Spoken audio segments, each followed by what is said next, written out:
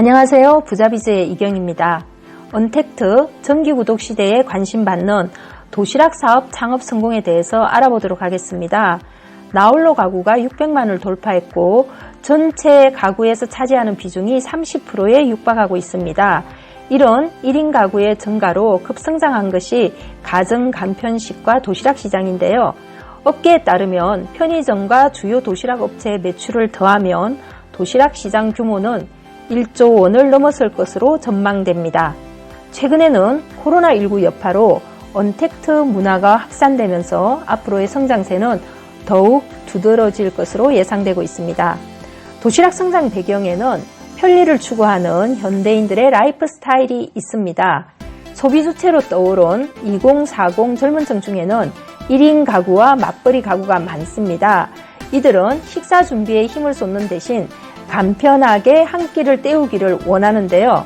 최근에는 코로나19까지 겹치는 바람에 외식을 끓이는 사람들이 늘어나면서 2040뿐만 아니라 50대 이후의 세대들에게도 도시락이 인기를 얻고 있습니다. 이렇게 도시락 시장이 성장하면서 가격뿐만 아니라 재료, 사업의 형태도 점점 더 다양해지고 있습니다. 편의점 같은 경우에도 초기에 출시한 도시락들은 저가 제품이 많았는데요. 프리미엄 수요가 늘어나면서 도시락의 종류가 다양해지고 있고 편의점 도시락 시장의 규모는 지난해 5천억 원을 넘어섰습니다. 도시락은 식재료에 따라서 종류가 천차만별입니다. 기존에 잘 알려진 도시락들은 주로 돈가스나 치킨, 불고기 등을 곁들인 도시락이 많았는데요. 최근에는 민물장어 도시락, 와규 스테이크 도시락, 돼지갈비 도시락, 닭갈비 도시락, 연어 도시락, 생선 도시락, 전복 도시락, 샐러드밥 도시락, 파스타 도시락, 볶음밥 도시락, 과일 도시락, 이유식 도시락, 치료식 도시락 등 점점 더 식재료가 화려해지고 있습니다. 가격대도 다양해져서 2-3천 원대부터 2만 원에서 3만 원을 넘는 프리미엄 도시락까지 있습니다. 고객의 욕구에 따른 도시락의 유형도 다양해지고 있는데요. 다이어터에 좋은 도시락, 피트니스용 헬스 도시락, 어린이들을 위한 건강 식단 도시락, 당뇨 및 암 환자 등을 위한 치료식, 의사, 변호사, 기업 CEO 등 고소득자를 위해 영양 밸런스를 맞춘 보양형 프리미엄 수제 도시락, 팬클럽들이 연예인들에게 바치는 조공용 연예인 도시락, 채식주의자들을 위한 샐러드 및 과일 도시락 등 선택 다양성이 커지고 있습니다. 특히 냉동기술의 발달로 7일, 10일치식 도시락을 한 번에 배달해주고 냉장고에 보관하여 먹을 수 있게 해주는 업체들도 늘어나고 있는데요. 주로 다이어트를 원하는 직장 여성들이 선호하는 도시락입니다.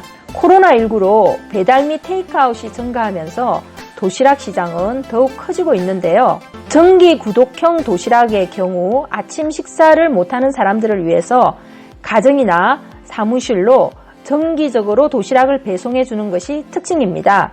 이렇게 도시락 시장이 커지면서 기존의 외식업체들도 도시락을 이용한 상품을 개발하거나 새롭게 이 시장에 뛰어드는 경우가 늘어나고 있습니다.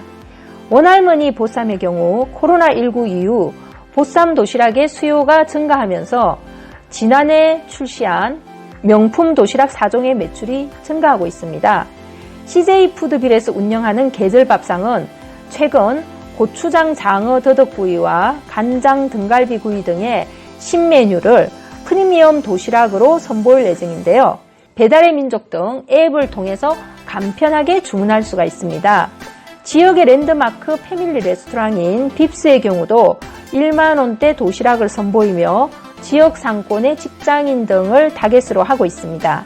국내 대표적인 샤브샤브 브랜드인 채선당의 경우 올해 6월 도시락 브랜드 런칭을 앞두고 신규 브랜드에 도전할 가맹점주를 모집했는데요. 이번에 선정된 앱이 창업자들에게는 물류 보증금만으로 창업할 기회가 주어집니다. 채선당에서 도시락 매장 오픈에 필요한 일체의 비용을 투자해주기 때문입니다. 개인 자영업자들이 할 수 있는 도시락 사업으로는 프랜차이즈 가맹점과 개인적으로 운영하는 수제 도시락 전문점을 들 수가 있습니다.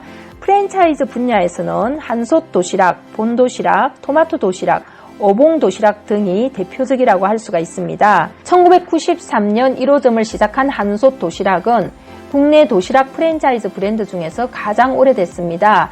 현재 730호점까지 출점한 상태이고요. 2019년 매출액은 950억 원이었습니다. 본적으로 유명한 주식회사 본 IF가 운영하는 본 도시락은 2012년에 오픈했는데요. 한식 프리미엄 도시락을 표방하고 있고 340여 개의 가맹점을 확보하고 있습니다. 주식회사 다채원에서 운영하는 토마토 도시락은 2008년 성균관대 1호점을 시작으로 2018년까지 104개의 가맹점을 출점한 상태인데요.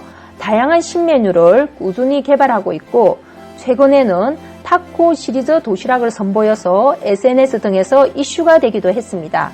2002년 설립된 오복 도시락의 경우 다양한 퓨전 메뉴를 도입해 한식 도시락의 단점을 극복해서 해외 진출에도 성공했습니다. 2018년 기준으로 104개의 매장을 가지고 있습니다. 개인들이 운영하는 소규모 수제 도시락 맛집들도 계속 증가하고 있습니다. 스노우폭스, 티파니의 아침, 나무그늘 파크, 브라드셰프 등은 편의점 도시락과는 차별화되는 수제 도시락을 제공하는 브랜드들입니다. 여의도 맞춤 수제 도시락집인 티파니의 아침은 주문자의 기호와 상황에 맞는 개별 맞춤 도시락을 제작해주고 있습니다. 한식 도시락, 자연식 도시락, 직장인 도시락, 조찬 도시락, 예배 도시락, 키즈 도시락 등 종류가 다양합니다. 제철 재료와 천연 조미료 사용을 지향하고 있습니다. 서울 잠원동에 위치한 나무그늘 파크는 기업 도시락과 병원 도시락 외에 연예인 도시락으로도 유명합니다.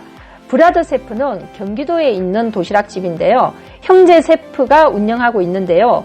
백반 도시락까지 맞춤형 프리미엄으로 만들어서 다양한 메뉴를 선보이고 있습니다. 도시락 전문점의 창업 비용은 어떻게 운영하느냐에 따라서 달라집니다. 어떤 상권에 들어가느냐, 어떤 규모의 어떤 인테리어로 하느냐에 따라서 차이가 납니다. 프랜차이즈 도시락 전문점에 예를 든다면 한솥 도시락의 경우 15평 기준으로 대략적으로 8,251만원 정도, 본 도시락은 7,345만원, 토마토 도시락은 10평 기준으로 5,200만원, 오봉 도시락은 4,500만원 정도의 개설비가 드는데 이 비용은 점포 구입비를 제외한 것입니다. 그렇다면 언택트 시대, 정기 구독 시대에 관심을 받고 있는 도시락 사업, 어떻게 하면 성공할 수 있을까요? 도시락 전문점은 진입 장벽이 낮지만 그만큼 경쟁이 치열한 분야입니다. 도시락 전문점 창업에 성공하려면 첫째, 포지셔닝 전략이 중요합니다. 가격대와 고객층이 다양하므로 타겟 고객층과 가격대를 명확히 해야 합니다. 포스트 코로나 시대에는 저가보다는 중고가 도시락 전문점을 추천하는데요. 저가 도시락의 경우 편의점 그리고 가정간편식과의 경쟁에서 이겨야 하기 때문에 오히려 매장형에 쓰는 프리미엄 전략이 더 유리할 수 있습니다. 둘째, 맛과 품질입니다. 가격 수준과 타겟 고객에 맞는 가심비 있는 품질을 어떻게 구현할 것인지 고민해야 하는데요. 특히 점포형 창업인 경우 편의점과 경쟁해야 한다는 것을 기억하셔야 합니다. 메뉴 콘셉트 설정과 시그니처 메뉴를 어떻게 할 것인지가 중요합니다. 너무 흔한 도시락 컨셉트 말고 얼마든지 새로운 컨셉트를 창조할 수가 있습니다. 셋째, 상권 특성을 반영한 운영이 중요합니다. 1인 가구 대상인지 단체 고객이 많은 지역인지 오피스 지역인지에 따라서 운영 방식, 메뉴 구성, 가격대 전략이 달라질 수 있습니다. 가급적이면 매장에 고객이 내점할 수 있도록 하는 게 매출을 높이는 데는 유리합니다. 2인용 테이블 또는 1인석을 몇 개라도 매장에 설치하시기 바랍니다. 넷째, 브랜드 마케팅이 중요한데요. 도시락은 테이크아웃과 배달이 많은 게 특성입니다. 때문에 내점형 외식 매장보다 브랜드 관리가 더욱 중요합니다. 프랜차이즈 가맹점이라면 프랜차이즈 브랜드의 인지도, 이미지, 파워가 중요합니다. 개인 점포라면 반드시 브랜드 마케팅 방법을 고민해야 합니다. 기본적으로 SNS 마케팅, 리뷰어 등에 대한 전략을 세워야 하는데요. 특히 인스타그래머블한 푸드 디자인에 신경을 써야 브랜드 명성을 만드는데 유리합니다. 상품 전략 면에서도 다른 도시락 전문점에서 가지고 있지 않는 차별화된 그런 상품을 개발할수록 브랜드를 만드는데 더 도움이 됩니다. 다섯째, 포장입니다. 테이크아웃이나 배달이 많다 보니 포장 디자인의 중요성이 갈수록 커지고 있습니다. 특히 재활용품 이슈 등이 있으므로 포장지의 재질, 포장지에 붙이는 스티커 등을 통해서 브랜드 아이덴티티를 강화하고 확실한 브랜드 이미지를 심어줄 수 있도록 해야 합니다. 요즘은 저렴한 비용으로도 프리랜서에게 의뢰해서 브랜드 디자인을 할 수 있기 때문에 꼭 디자인에 신경을 쓰시기 바랍니다. 여섯째, 디테일입니다. 젓가락, 숟가락, 물티슈 같은 소품 하나하나가 전부 돈입니다. 따라서 비용을 절약하기 위해서 싸구려를 사용할 경우 브랜드 품격이 떨어지므로 환경과 건강을 생각한 그런 제품을 사용하시기 바랍니다. 또 배달이나 포장 시 작은 사은품이나 정성을 어떻게 표현할 것인지 고객 소통과 관리를 위한 디테일에 각별히 신경을 써야 합니다. 일곱 번째, 영업 전략입니다. 과거에는 도시락 전문점 하면 전단지 마케팅을 집중적으로 하거나 한솥 도시락처럼 유동인구가 많은 A급 상권의 점포를 얻어서 테이크아웃을 유도하는 방식으로 영업을 진행했습니다. 요즘은 차별화된 상품을 통해 정기 구독 전략을 어떻게 할 것인지, 단체 고객 영업과 관리를 어떻게 해야 할 것인지 등을 고민해야 합니다. 여덟 번째, 위생 문제입니다. 내점이 아닌 테이크아웃이나 배달 비중이 크기 때문에 조리 후 곧바로 식사를 하지 않는 경우도 많이 있습니다. 식재료별로 유통 및 변질 시간이 달라서 재료를 선정할 때 각별한 주의가 필요합니다. 아홉 번째, 매장 청결 관리입니다. 도시락 전문점은 특성상 매장에는 자주 오지 않고 배달이나 테이크아웃을 하는 경우가 많이 있는데요.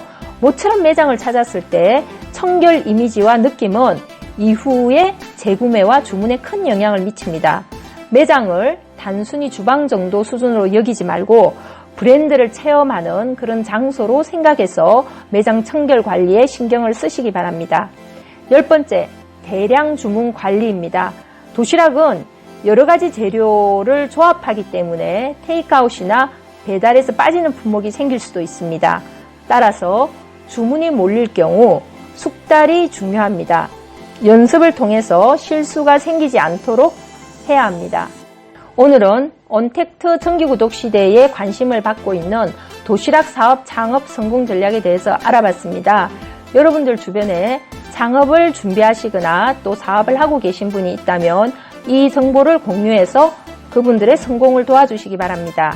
좋아요와 구독 눌러주시면 앞으로도 더 좋은 내용으로 찾아뵙도록 하겠습니다. 감사합니다.